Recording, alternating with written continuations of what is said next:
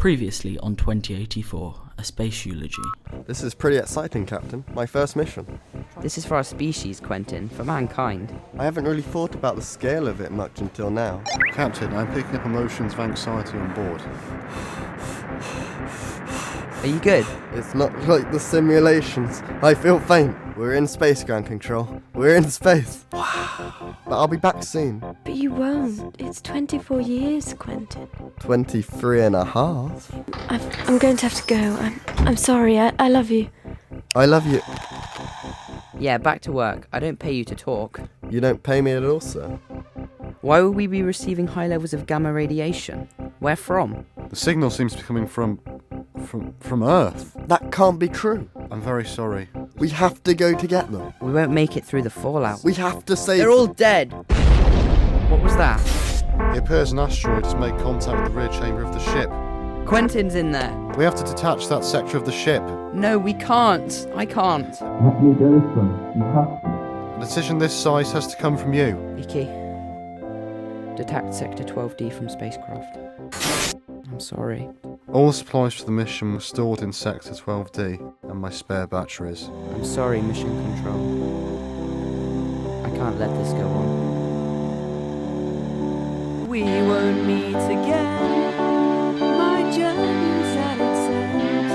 I'm sorry, I'm never coming home.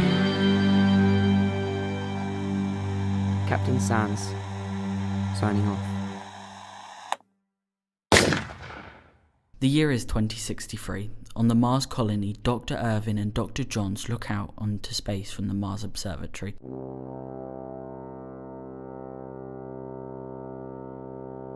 (2084) A space eulogy.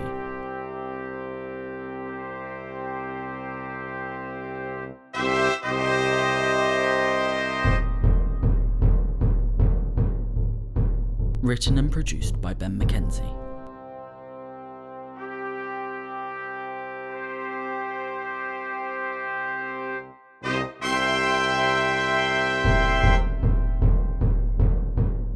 Starring Ashley Rooke, Dylan Crump, Holly Kaufman-Hill, Ben McKenzie and Joel Kaufman-Hill.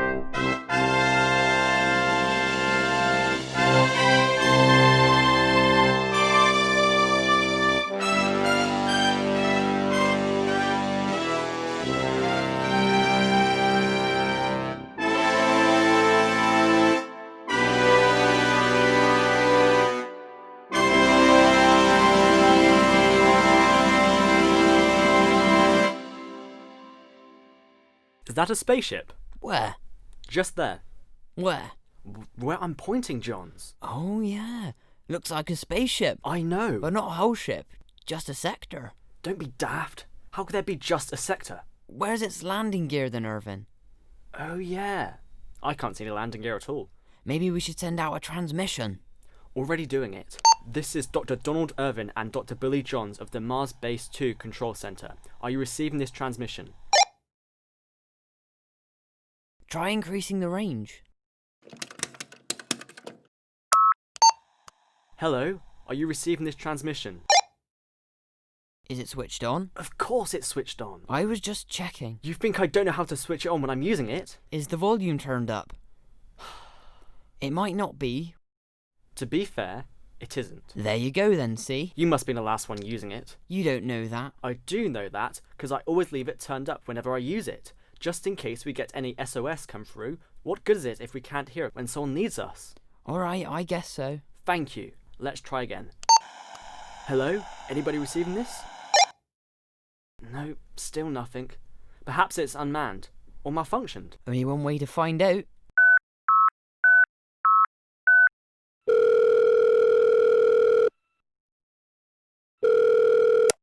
Hello? Hello, Sergeant Henley. How are you today? Not great if I'm honest with you, Doctor. Oh? No, I've been feeling a little down for the past few days, quite honestly. Oh dear. Anyway, Sergeant, Dr. Ervin and myself have spotted what we think is a ship sector in your vicinity now. Now, we have no idea where it's from, so we're thinking about bringing it in, maybe opening an investigation. I can send a team and have it in the hour. Excellent. Should there be anyone on board, could you bring him in to us, please? Of course I can. Thank you so much. No, thank you. It's nice speaking to someone again. Yes, goodbye, Sergeant. Okay? You didn't spot us all. It was me. Joint effort, I'd say. My effort, I would say. Do you think we should let HQ know about this? We can try and send a transmission, but you know we haven't heard anything from Earth from around 2 years. They must be having major problems with their communication system. They might just be busy. They've got Taylor's team on Jupiter and Captain Sands doing the final Neptune supply mission. You'd think they'd find time to reply, though. No news is good news. Well, I hardly think so in this case. Who did Sands take with him anyway? Some newbie, Quentin or something. A newbie on a mission as important as that one? I hope he did at least one simulation. 79. 79? That's what I heard. Yeah, but what was the success rate like? 100%. Oh. You got 96% on yours, didn't you? Yes, alright, Johns. He did better than me, but you can't put a price on experience, and I've got plenty of it. That's 'cause you're old. Just go and see if we're needed or not, will you? I told Sergeant Henley to bring any personnel here. Well, he can't get here quick enough. Rude. You know I work hard around here, and it was alright for some being born in London. Everyone said I could never be an astronaut, but look at me now. You're not technically an astronaut, though. Am I in space? See, if you're an astronaut, you'd know being in space doesn't automatically make you one. Listen here, Ervin. Where did you get that guitar from? I brought it up here, shut up and listen. Space? You brought it to space? Well, I was born on Bodmin Moor in the year of 2034. Father is a dairyman, I work hard as a young farmhand. But when I started school, it didn't take them long to see. Unlike the other farmers' lads who couldn't count to 3, I solved trigonomic questions and algebra with ease. It was out of the Cornish marshland and to university for me. I studied hard, I studied well, the work I did made me excel. It was there I also learned guitar, but didn't take that very far. I then found out my passion and I fell in love with space. I dreamed of looking down on Earth at the entire human race. So I made a promise to myself to get me to that place. But saying goodbye to my life on Earth brought a tear to my face. Though here I am now sat on Mars with Dr. Irv and my guitar. Far away from all my chums, I think about my childhood fun. Growing up on that dairy farm in the Cornish country air, milking all those Cornish cows without the littlest care. I miss those days in Bodmin, and I put them in my prayer. But I'm happy here with you and me, and all the time to spare. I did it, I'm here. Been through the atmosphere. A boy who grew up round cows has flown faster than sound. I must be the strangest lad in town.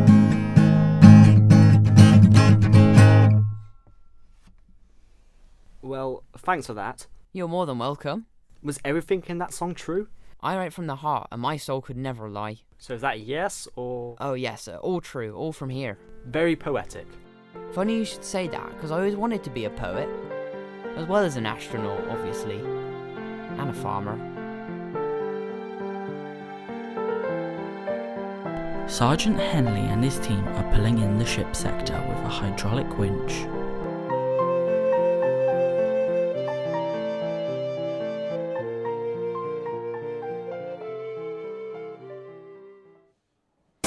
Easy does it, boys. We don't have to scratch the paintwork. Nice and gently. Careful now. 3, 2, 1. Excellent. Nearly perfect, lads. Right, we need to sweep the sector for any personnel firstly. Any volunteers? No one? Where else will you get this opportunity again? Really? No one? I'll do it if no one else wants to. That's unless anyone wants to. Ugh, okay, I'll do it. Hello? Anyone on board? I am. Get this door open, boys. We have a man inside. Sergeant, the blast doors have been locked down and we're going to need to pry it open at least halfway for the motor to kick in. Hold on, son. Get a bar or something in there. Push, lads. Push.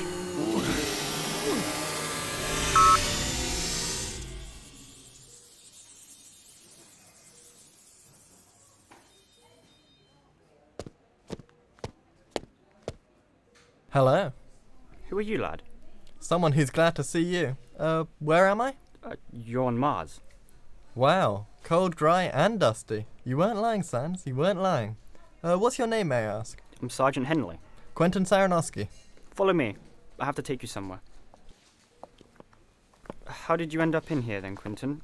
I was on a mission to Neptune, left Earth around 3 years ago now. An asteroid hit our ship, and my sector had to be detached to stop the whole thing destroying the spacecraft. How long ago was that? Around 2 years. 2 years? You mean you've been floating around in there for 2 whole years? Haha, afraid so. How did you even survive? 2 strokes of luck, really. I had my tools in there with me, and I was able to make the sector pressure stable. And all the supplies we were carrying to Neptune were in there with me. Food, water, the lot. That was lucky. What's your story? Nothing very exciting. I've been posted here on the colony for about 4 years now. Came out in '59. I can't wait to go home though. See my kids. What do you mean, home? Well, Earth. What's wrong? Nothing. Let's keep going. No need. We're here now. Aren't you coming with me? No, I've got business to attend to. You go on in. It's been a pleasure meeting you, Sergeant, and thank you for rescuing me. Think nothing of it. All this space stuff is mad, isn't it? Soon I'll be home. Yes, well, we all would. Here goes.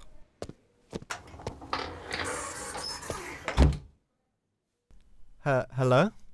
Hello, sir. My name is Dr. Ervin, and this is Dr. Johns. Alright. I spotted you about an hour ago, out that very window, and ordered an investigation be carried out. Well, I'm glad you did, Doctor. Otherwise, I don't know how much longer I would have been trapped in there. So, who are you, and what are you doing on this ship sector? I got separated from the main part of my ship. I was on the way to Neptune with supplies and then... Sorry, Neptune? Are you Quentin?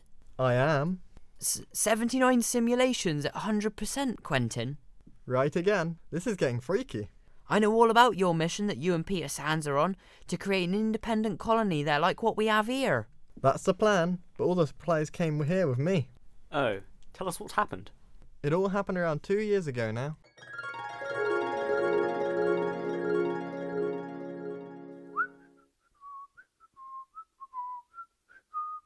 It's true, you know. He doesn't pay me at all.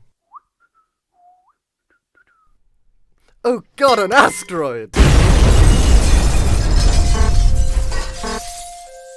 Quentin's in there. This sector is going down. I don't know what I to can do. see him. It's going to take the whole ship Quentin! down. Let me go, sir. You have to. No. I'm sorry, Captain. We have to detach that sector right away. We can't risk it. It's too unstable. And there's no other way. No, sir. I'll be fine. I'll be fine. Sir, I need you to give me the command. A decision this size has to come from you. You see, You'll be okay, Quentin. detach Sector 12D from spacecraft. Detaching Sector 12D now. You'll be okay, Quentin. Ah! Okay, think, Quentin. What should I do now? What would the captain do? Warning, Sector 12D depressurizing. Oh, no. Toolkit, where's my tools? Where are they? Yes! Got them. Thank God you put them in here, Sans.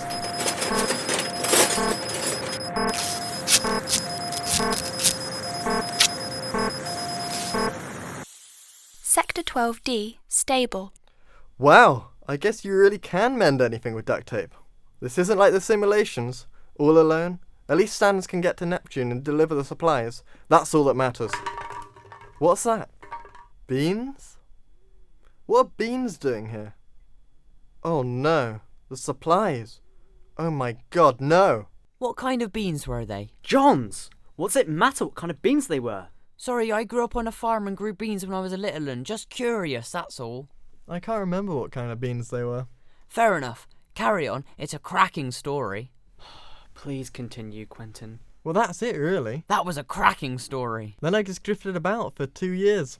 So, what did you eat in that time? Well, I mean, beans mostly. What sort of beans? So, presumably, Captain Sands is still on his way to Neptune. I guess so. He's definitely not going back to Earth, I know that. Why would he not be going back to Earth? Because he would have to go to Neptune and explain what happened to them. So, Sands wouldn't know that you're still alive, would he? I guess he wouldn't know. Someone should track him down and tell him that you're here. No need. I'm going to tell him myself. He'll be just as much over the moon to see the supplies as he will me. Are you sure you want to go out there again? After what you've been through? Sands wouldn't give up. He'd see the mission out if it killed him. Besides, he'll be in pieces when he learns that I'm okay. That I wouldn't want to miss. Maybe you need a crew member to join you, Quentin. You? What use would you? Actually, that sounds like a great idea. You'd be gone months, wouldn't you? That's an amazing offer. I didn't relish being alone in space again, really. Not in this lifetime. Wonderful. I'll get my things packed and ready to be off then. Here I come, Captain.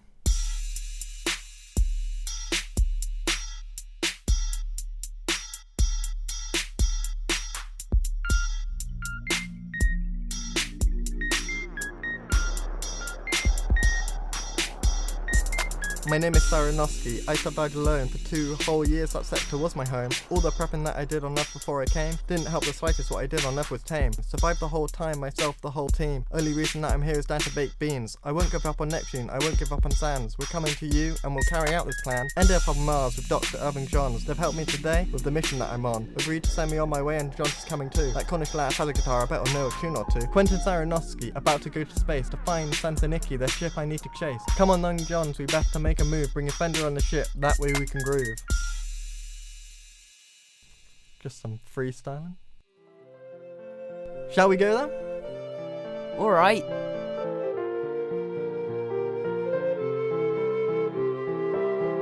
Quentin and Dr. Johns prepare to launch from the Mars colony.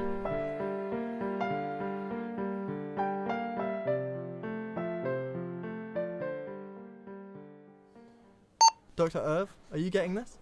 Yes, I can hear you, Quentin. We're both here and ready to take off. When are you ready, Doctor? You've got all the supplies for Neptune? You bought the supplies, right, Johns? The ones to build the complete independent colony on Neptune, you mean? Yeah, those ones. What do you take me for? Dr. Erv, we've got 'em. Well, I should hope so. That's why you're going. Well, let's get cracking with this launch then. Be careful, Quentin. Don't worry, it'll all go smoothly and we'll get the supplies to the Neptune colony without a problem.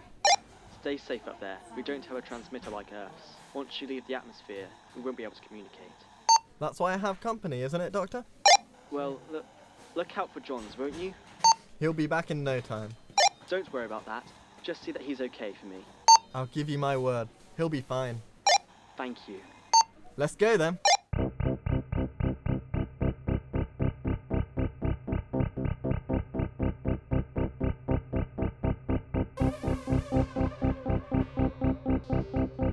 Myself and Dr. John, Quentin and me, loaded up with supplies. lots of baked beans. Launching from Mars, it's takeoff time.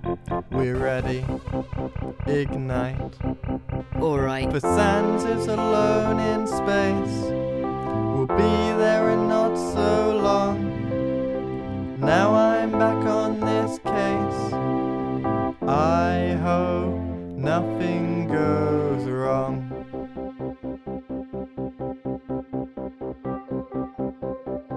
Goodbye, Mars. See you again someday. Leaving Mars now.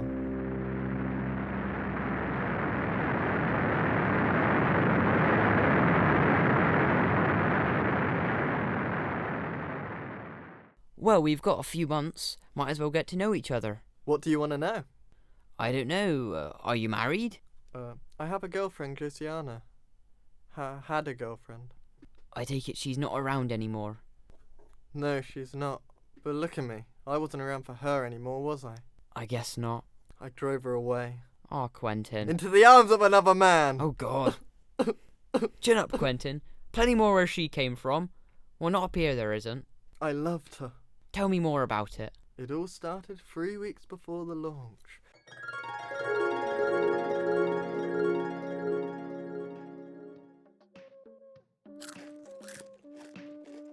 I'll miss these when I'm in space. Quentin, that'll be for you, darling. How do you know it's for me? It'll be your friend Peter. He wanted to catch you before your meeting this afternoon. Coming. And it's Captain Sands, head of the Neptune mission? Is he not a friend as well? Of course he is. Hello, Captain. Oh, is Josiana in? Who's speaking? Oh, don't worry. She gave me this number. I'll see her later.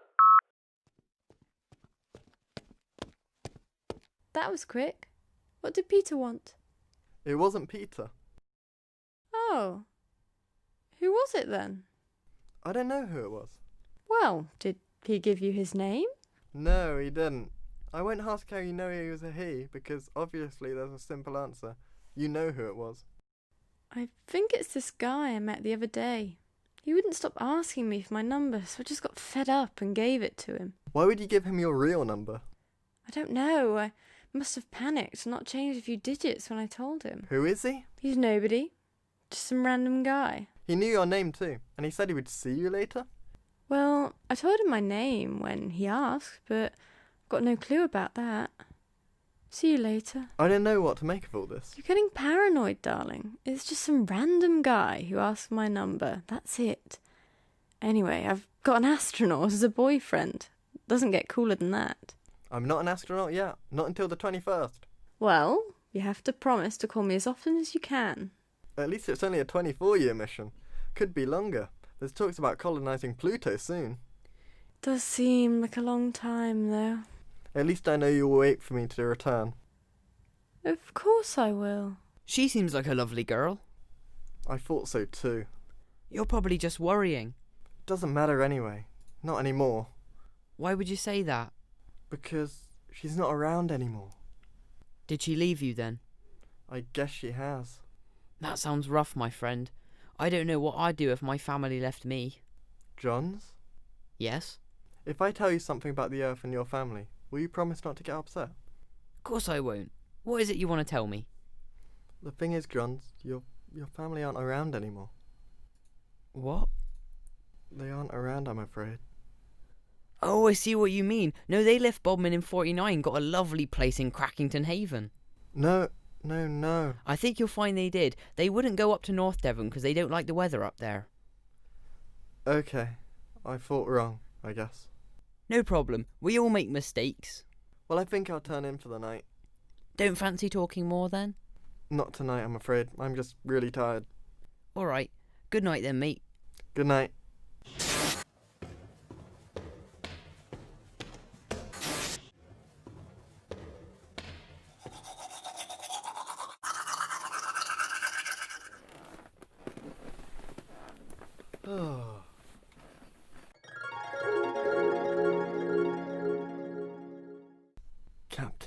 Captain Sands, is that you?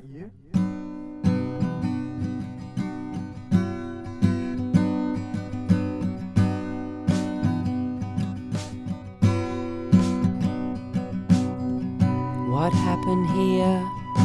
I can't believe. I can't carry on, can't go home. It still haunts me, wish I could leave. It's down to me that I'm alone. 2 years ago, I know that date. That was the day I lost my friend. We had each other's back every day. From day one to your very end. I didn't mean things to go this, things to go this hopelessly. So I'm trying, in between crying, to make you proud of me. But it's so hard when it's dark out and you need help desperately. But I'm fighting to do the right thing and to be the man want to be.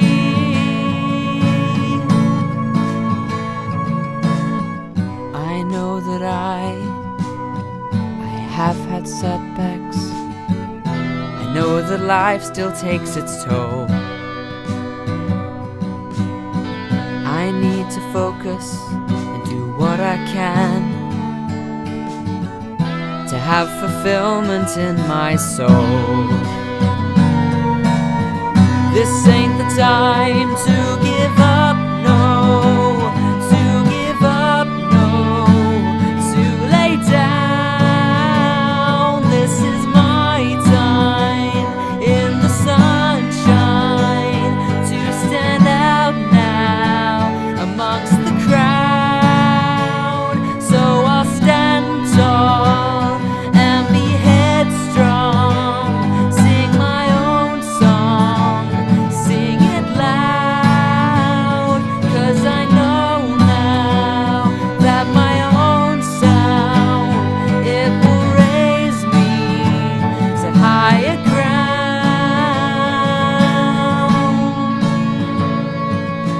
Quentin, if you're there, make me proud.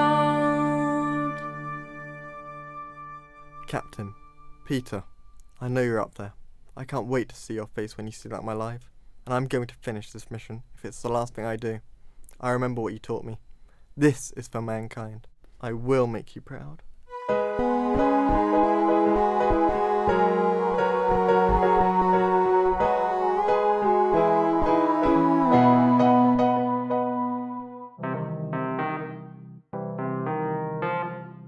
Sergeant Henley played by Ashley Rooke.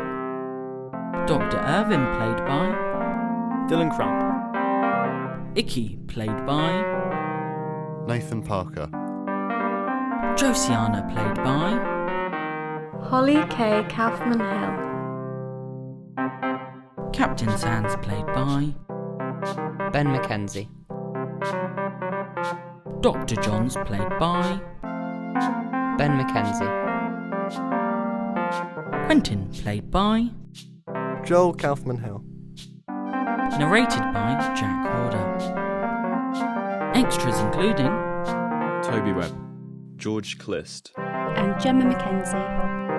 Project Technician, Toby Webb, Introduction music by Richard Strauss. Songs and instrumentals by Ben McKenzie. Written and directed by Ben McKenzie. Thank you for listening to 2084, A Space Eulogy, Episode 2.